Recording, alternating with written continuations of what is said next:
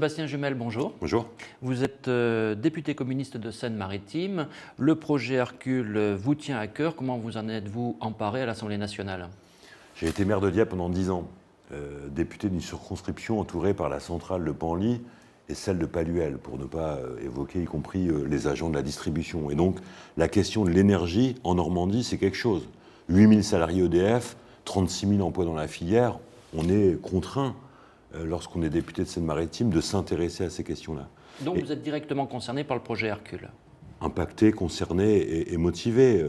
C'est la raison pour laquelle, dès que j'ai pris connaissance des négociations en catimini entre la Commission européenne et l'Élysée, en janvier, j'avais actionné avec le groupe communiste la semaine de contrôle, l'audition d'Elisabeth Borne et de la direction d'EDF pour leur dire « Qu'est-ce que vous fabriquez ?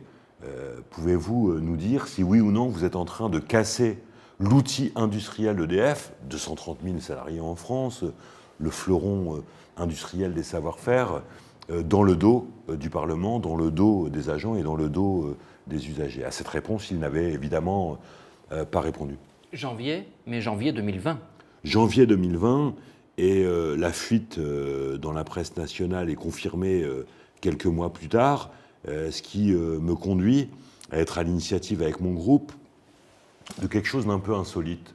Réunir l'ensemble des groupes de l'opposition, de la droite jusqu'aux communistes, en passant par les insoumis, les socialistes et même des macronistes un peu écolos, pour dire en rang serré, Hercule, c'est un colosse au pied d'argile, et Hercule, c'est le virus inoculé de la rage pour démanteler EDF. D'ailleurs, je pense que historiquement, que les gaullistes et les communistes se retrouvent en 2021 pour dénoncer cela, alors qu'ils avaient bâti dans le sang et les larmes de la libération le symbole d'un service public qui fait la fierté et l'indépendance énergétique de la France, ça a du sens. 75 ans après la nationalisation d'EDF-GDF, du CEA et des Charbonnages de France.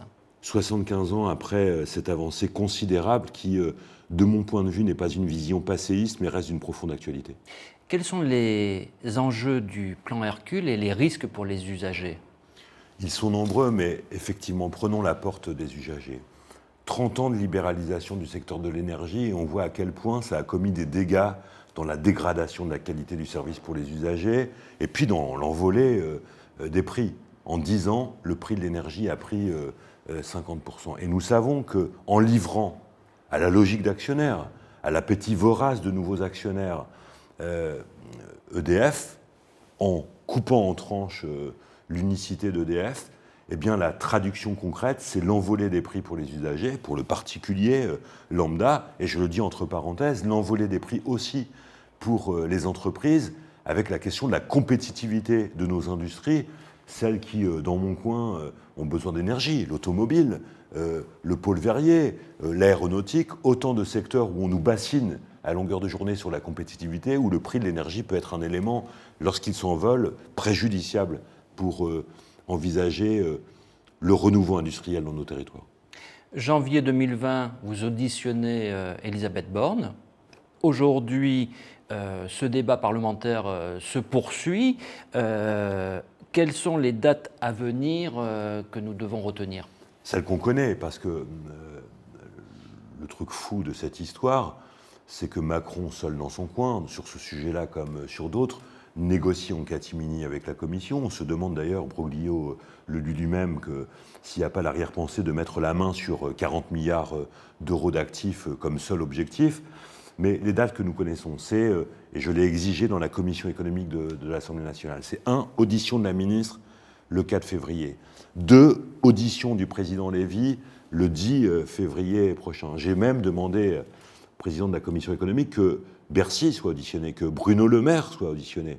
Parce que, évidemment, on sait que Bercy n'est jamais loin des mauvaises réformes lorsqu'il s'agit d'accentuer la libéralisation. Et puis, l'autre échéance, et c'est l'enjeu pour nous en termes de mobilisation, c'est d'éviter qu'on se serve du véhicule de la Convention citoyenne pour le climat pour ce mauvais projet qui, évidemment, dégradera le service public pour les usagers particuliers, augmentera les tarifs et fera exploser la relation de confiance qui existe sur le terrain entre EDF et les collectivités locales. Comment le gouvernement a-t-il essayé d'utiliser la future loi climat pour imposer Hercule? Les citoyens pour le climat n'ont jamais évoqué cette question du statut d'EDF, ni même de son démantèlement. D'ailleurs, je crois qu'ils ne l'ont pas fait parce que tous ceux qui sont en France attachés à la transition énergétique savent qu'on a besoin pour ça d'outils publics et d'outils forts, et qu'on a besoin d'un outil efficace comme celui d'EDF, même s'il y a des choses à dire sur la gouvernance d'EDF. Et donc ils n'ont pas évoqué ça. Et le gouvernement s'est dit, mais parce que c'est un gouvernement qui a l'habitude de piétiner le Parlement, on va utiliser ce texte-là par ordonnance, c'est-à-dire en privant la nation d'un débat pour accélérer le processus de libéralisation. Il faut évidemment empêcher ça par tous les moyens. Et je crois que la mobilisation des électriciens gaziers, la mobilisation des élus que nous sommes au Parlement, y compris dans un arc politique très large, celle que nous développons sur le terrain. J'ai adressé un courrier à plus de 700 maires en Seine-Maritime, et je souhaite qu'on le fasse en France et en Navarre pour mobiliser des conseils municipaux sur cet enjeu stratégique, doit être de nature à contrarier les plans de Macron, qui, comme toujours, c'était le cas pour les retraites, c'était le cas pour la SNCF, veut faire vite, parce qu'il veut faire sans appropriation de ces enjeux-là par l'opinion publique, par les organisations syndicales, par les outils de la démocratie. Mais quand on parle indépendance énergétique, quand on parle souveraineté nationale, on parle nation, et donc ça ne peut pas se faire derrière le dos de la France. Et souveraineté industrielle également. Souveraineté industrielle, évidemment. On me rappelait il y a quelque temps que EDF, c'est le troisième secteur industriel de la France, aux côtés de l'automobile et de l'aéronautique. 230 000 emplois, c'est pas une paille. Et c'est aussi la fierté en termes de savoir-faire, d'irrigation du territoire, d'aménagement du territoire, de ce qui fait, d'une certaine manière, la force de la France. Vous avez rappelé que vous avez écrit, Sébastien Jumel, au maire de votre département, mais certains d'entre eux considèrent que la libéralisation de l'énergie peut leur apporter davantage d'autonomie au niveau de leur commune, voire des retombées économiques avec les énergies non renouvelables. Écoutez, les maires ne sont pas des imbéciles, et s'il y a bien un secteur où nous savons que la logique d'actionnaire se fait toujours au détriment des territoires, c'est bien celui de l'énergie. Vous savez, ceux qui développent les éoliennes, à terre comme en mer d'ailleurs, sont des marchands de savonnettes qui opposent les territoires les uns avec les autres, qui font des promesses de Gascons aux maires en leur disant « vous savez, vous allez gagner plein de fric, vous allez voir les retombées en termes d'emploi, etc. » Force est de constater qu'en matière d'énergie renouvelable, on a été incapable de structurer une filière Made in France, et que les retombées promises sont rarement au rendez-vous, et qu'en plus, pour les éoliennes en mer, ça se fait souvent au détriment des acteurs, je pense notamment au secteur de la pêche. Donc les maires savent bien que quand la logique d'actionnaire s'empare de sujets comme cela, ce n'est jamais au bénéfice des populations qu'ils représentent. Et moi, je pronostique, et j'ai déjà des retours très favorables là-dessus, que les maires, dans leur grande diversité politique, vont délibérer sur la base de la motion que j'ai proposée pour dire « touche pas à EDF, Hercule, on n'en veut pas, ne démantelez pas l'unicité de cet outil industriel, parce que, y compris fort de l'expérience de la SNCF, vous savez, aujourd'hui, vous êtes maire, vous avez un problème avec le train, vous ne savez pas qui appeler. Entre RFF, SNCF Réseau, SNCF Commercial, SNCF Connexion, quand votre gare se vide, vous ne savez plus qui appeler. Quand on pète l'unicité d'une boîte, on pète aussi, pour les usagers, pour les élus, d'avoir un interlocuteur visible, concret, humanisé même, derrière celui qu'on appelle. Et je crois que ces arguments-là pèsent auprès des élus locaux qui ne vont pas se laisser berner par le discours libéral. Le projet Hercule, on nous explique que c'est une demande de l'Union européenne. Est-ce qu'on peut désobéir à la Commission européenne, et est-ce que l'on peut s'opposer à cette ouverture à la concurrence? Bon, d'abord, ce qui serait légitime, urgent, c'est d'obtenir une évaluation des 30 ans de libéralisation à l'échelle européenne. Parce qu'avant de se lancer dans un projet mortifère, faisons le point sur ce que la libéralisation a commis comme dégâts. Deuxièmement, oui, on peut s'opposer à la Commission européenne, d'abord parce qu'elle n'exige pas la question du changement de statut. C'est même quelque chose qui a été fabriqué par Macron depuis qu'il est tout petit, en tout cas depuis qu'il est ministre, son projet de démanteler le fleuron industriel d'EDF par saucissonnage. Pour vous, c'est purement idéologique? Mais oui, bien sûr que c'est idéologique. La Commission n'a pas à s'intéresser à la question du statut. La Commission, elle donne des indications de libéralisation, de concurrence libre et non faussée, mais elle ne se préoccupe pas du statut. Et bien sûr qu'on peut se désobéir à la Commission européenne, c'est une question de volonté politique, c'est une question de rapport de force politique.